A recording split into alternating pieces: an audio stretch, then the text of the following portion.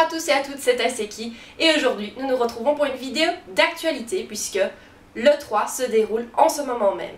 Alors pourquoi faire déjà une vidéo sur l'E3 alors que l'E3 n'est pas terminé?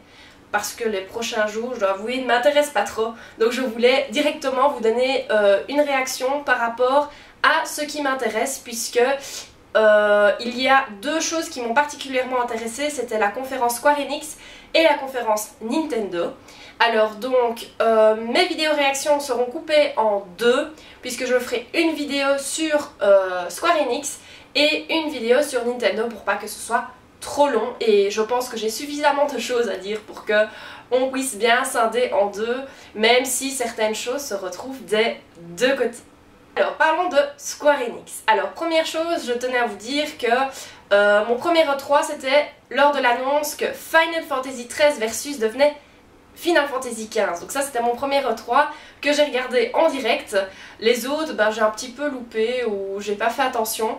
Voilà, c'était vraiment la première fois où j'ai vraiment regardé l'heure et j'avais vraiment envie de suivre l'E3 correctement et en prenant mes petites notes. J'avais vraiment envie d'être consciencieuse et puis ça m'intéressait, il y avait des jeux qui étaient annoncés dont il y allait avoir des présentations qui m'intéressaient, donc j'ai vraiment regardé attentivement. D'abord je vais vous parler évidemment de mes attentes, même si bon, voilà, il y en a certaines qui ont été comblées, d'autres un peu moins. D'abord, je voulais absolument qu'on parle de Final Fantasy VII, ce qui a été le cas, donc c'est très bien. J'avais envie d'un Final Fantasy VIII, évidemment, ça s'est conclu vrai aussi. J'avais envie qu'on parle d'une nouvelle série, toute nouvelle, comme la surprise d'Octopath Traveler ou de Bravely Default et Bravely Second. J'aurais voulu quelque chose dans le même genre, mais de nouveau, une nouvelle licence, mais malheureusement ça n'a pas été le cas. D'autres attentes particulières, non, pas du tout. C'était vraiment ces choses-là qui m'intéressaient le plus chez Square Enix. Alors, il faut que je vous raconte absolument le système que j'ai mis en place pour vraiment voir la conférence de Square Enix vraiment en live. Je ne voulais pas le revoir en différé, je voulais vraiment le vivre en même temps que tout le monde. Donc j'ai été me coucher un peu plus tôt le lundi soir, genre 22h30, je me suis endormie à mon avis. Je pense que j'ai tout éteint vers 22h, donc il devait être vraiment 22h30 quand je me suis endormie. J'ai mis mon réveil à 2h20, ouais je pense que c'était 2h20, pour que j'ai 10 minutes pour me réveiller, pour ensuite monter dans mon grenier et allumer l'ordi. Alors moi j'ai suivi évidemment tout sur jeuxvideo.com parce que j'ai l'habitude de tout suivre sur jeuxvideo.com, donc j'ai suivi évidemment sur leur live. Alors il y avait une petite introduction d'une demi-heure pour discuter des attentes, etc. Ça m'intéressait également, donc c'est pour ça que je n'ai pas été là directement en 3 heures pour la conférence, mais également aussi avant pour avoir un peu les réactions des journalistes. Et puis évidemment à 3 heures il était l'heure et ils ont commencé évidemment par Final Fantasy VII, c'était directement de la bombe.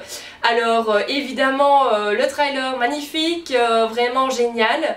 Ce que j'ai particulièrement adoré, c'est que j'ai été rassurée parce que le système de combat Final Fantasy XV m'a pas trop plu, cet action RPG, c'est pas trop mon truc. Moi je suis encore à l'ancienne, les barres ATB, le tour par tour, etc. Ça c'est mon truc. Donc du coup, Octopath Traveler et Bravely Default et Second, évidemment ça fait du bien. Mais je me dis, FF7, ils avaient dit aussi, action RPG, etc. Je me suis dit, aïe, est-ce que je vais me retrouver dans ce jeu parce que je trouve que Final Fantasy a perdu un peu de sa valeur à cause de ça. À mon goût, hein. Je vous rappelle, c'est strictement seulement mon avis, je ne parle pas pour tout le monde. Donc ici j'avais un peu peur, et quand j'ai vu cette barre ATB, ce moment tactique où on peut utiliser la magie, etc. et pas seulement frapper avec des coups et pour emmagasiner de l'énergie pour utiliser une magie, etc.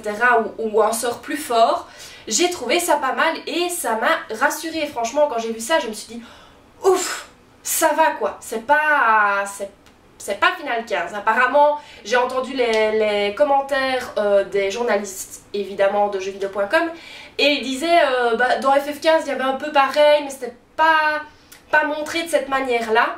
Donc j'ai hâte d'avoir le jeu en main, évidemment, pour tester et voir ce que moi je vais en penser en tout cas, parce que seulement des vidéos c'est pas suffisant. Ce qui m'a surpris c'est le combat de boss contre l'araignée, enfin non pas contre l'araignée, l'araignée c'est dans FF8, je confonds. Non, le premier combat de boss, il m'a paru extrêmement long, je sais pas pourquoi. Je sais pas, j'ai été un peu surprise, je me dis ça risque d'être un peu long, et puis les combats trop longs, s'il faut les recommencer 15 fois parce qu'on a loupé quelque chose, ça va pas trop le faire, enfin c'est pas trop mon truc de recommencer 15 fois un combat d'une demi-heure quoi, donc voilà, ça m'a un peu surprise. Autre chose, la boîte collector, alors ça, grosse surprise, enfin je me doutais bien qu'il y aurait une boîte collector, mais voilà, qu'elle soit de cette taille là, avec une super figurine, la moto... Cloud, etc. Enfin, j'ai été un peu surprise et je dois vous avouer qu'à l'époque de Final 15, j'ai regretté de ne pas avoir acheté la collector. Enfin, moi j'ai la collectionnite, je suis malade, j'ai plein de collections, j'ai plein de collectors. Voilà, j'en ai besoin pour mon plaisir personnel. Et je me dis FF15 je l'ai loupé parce que j'ai pas commandé directement. Donc il fallait absolument que je commande directement la collector de FF7. Donc cette collector, évidemment, je l'ai commandée dans l'empressement, j'étais vite, il faut que je commande, de peur qu'il n'y en ait plus. Évidemment, je pense pas que ça se vende comme ça sur 10 minutes, toutes les précommandes, mais voilà. Mais quand même, j'étais stressée, je voulais être dans les premières à commander pour être bien sûre d'avoir mon pack. Ici, j'ai toujours pas de confirmation, hein, mais voilà, c'est précommandé, c'est déjà ça. Je l'ai précommandé on va dire 20 minutes après l'annonce, donc... Normalement, ça devrait être bon, j'espère, parce que sinon je vais pleurer. J'y tiens vraiment, franchement, j'ai pas beaucoup de collectors de Final, donc celui-là, j'y tiens. Autre chose aussi par rapport à Final Fantasy VII, c'est quelque chose qui me déplaît un peu, ou je reste un peu sur ma faim. Donc apparemment, dans le premier lot du jeu, donc ce sera épisodique malheureusement, il y aura 2 Blu-ray et les 2 Blu-ray raconteront l'histoire, enfin la partie de l'histoire sur Midgar. Donc qu'en est-il de la suite? Quand apparaîtra-t-elle? Y aura-t-il une nouvelle boîte collector qui cassera mon budget? Ou comment aura-t-on droit à ces épisodes? Est-ce que ce sera sous forme de Blu-ray? Est-ce que ce sera sous forme de téléchargement? Évidemment, il faudra repayer à mon avis, donc j'ai hâte de voir ce qui nous attend pour la suite. D'accord, on n'a pas encore le jeu, c'est qu'en mars 2020, mais n'empêche, qu'est-ce qui nous attend après au niveau de la suite du jeu. Autre chose que j'ai oublié de dire, c'est que je trouve vraiment le jeu magnifique. Franchement, c'est à tomber par terre. Première réflexion que je me suis faite par contre, peut-être une mauvaise réflexion ou pas une bonne réflexion, mais quand j'ai vu Cloud, j'avais déjà vu des images évidemment de Final 7, de ce qu'ils avaient déjà montré avant, mais là quand on voit la première partie où Cloud saute du train, etc., je me suis dit, ah, on dirait le film de Final 7, Advent Children, et je me dis, ah, on dirait un petit peu les graphismes d'Advent Children. Maintenant, c'est peut-être moi qui ai une image de ce film qui était vraiment très belle, ou c'est, voilà, peut-être que j'associe deux graphismes qui se ressemblent pas du tout, mais dans ma tête, ça avait ce look-là. Donc voilà, c'est comme Final 7, hein, quand on était petit, c'était magnifique. Maintenant, quand il rejoue, c'est très très très laid. Donc voilà. D'ailleurs, du coup, je vais vous parler de moi, comment j'ai découvert Final 7. Alors à l'époque, j'ai une tante gameuse, qui évidemment a joué à tous les finales, sauf ceux qui ne sont pas sortis en Europe tout de suite. Donc il me semble que c'est le 2 qui n'est pas sorti directement en Europe. Et donc elle y a joué, donc ça m'a intéressée. Puis évidemment, moi mon premier final c'est Final 10. Ma maman c'est Final 9 parce que ma maman est gameuse aussi. Mais du coup j'avais déjà vu un petit peu mais j'ai pas joué. Ensuite j'ai vu un ami jouer, il m'en a parlé etc. Mais toujours pas durant mon enfance, je n'y ai pas joué. Et puis, évidemment, j'ai vu pas mal d'images sur internet, et puis on disait « Oh, Final 7, c'est magnifique, il faut y jouer, etc. » Et à l'époque de la PS3, j'ai donc acheté le jeu pour pouvoir y jouer. Alors, où suis-je dans l'aventure? J'ai quasiment fini le jeu, il me reste plus que le boss final. Sauf que j'avais envie de m'entraîner, etc. Et puis à un moment donné, évidemment, j'ai abandonné. Donc voilà où j'en suis dans Final 7, donc j'aimerais bien le finir cette fois-ci et vraiment découvrir toute l'histoire. Je pense que j'avais pas tout compris en plus, donc parce que j'allais trop vite. Donc j'ai vraiment hâte de tout redécouvrir en espérant que entre les épisodes on va pas attendre trop longtemps. Ça c'était le chapitre Final 7. Puis évidemment il y a eu d'autres annonces telles que Life is Strange, Dragon Quest, etc. qui moi ne me parlent pas du tout, donc ça m'a moins intéressée. Par contre The Last Remnant, là par contre j'ai un ami qui a joué quand j'étais petite, qui m'en a parlé, etc. J'ai vu quoi, la peut-être première demi-heure et je m'en souviens plus du tout. Donc j'aimerais bien évidemment jouer au jeu et le découvrir parce que on m'en avait dit beaucoup de bien. D'ailleurs j'ai un ami qui directement après l'annonce, enfin quelques heures plus tard, a acheté le jeu et il y joue actuellement, donc j'ai hâte d'avoir son avis sur le jeu. Évidemment ils ont parlé de Octopath Traveler, que moi j'ai sur Switch et qui sort enfin sur Steam.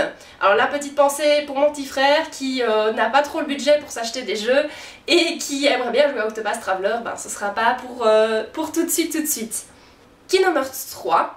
Alors là, bon, j'avais vu le trailer du DLC déjà quelques heures avant.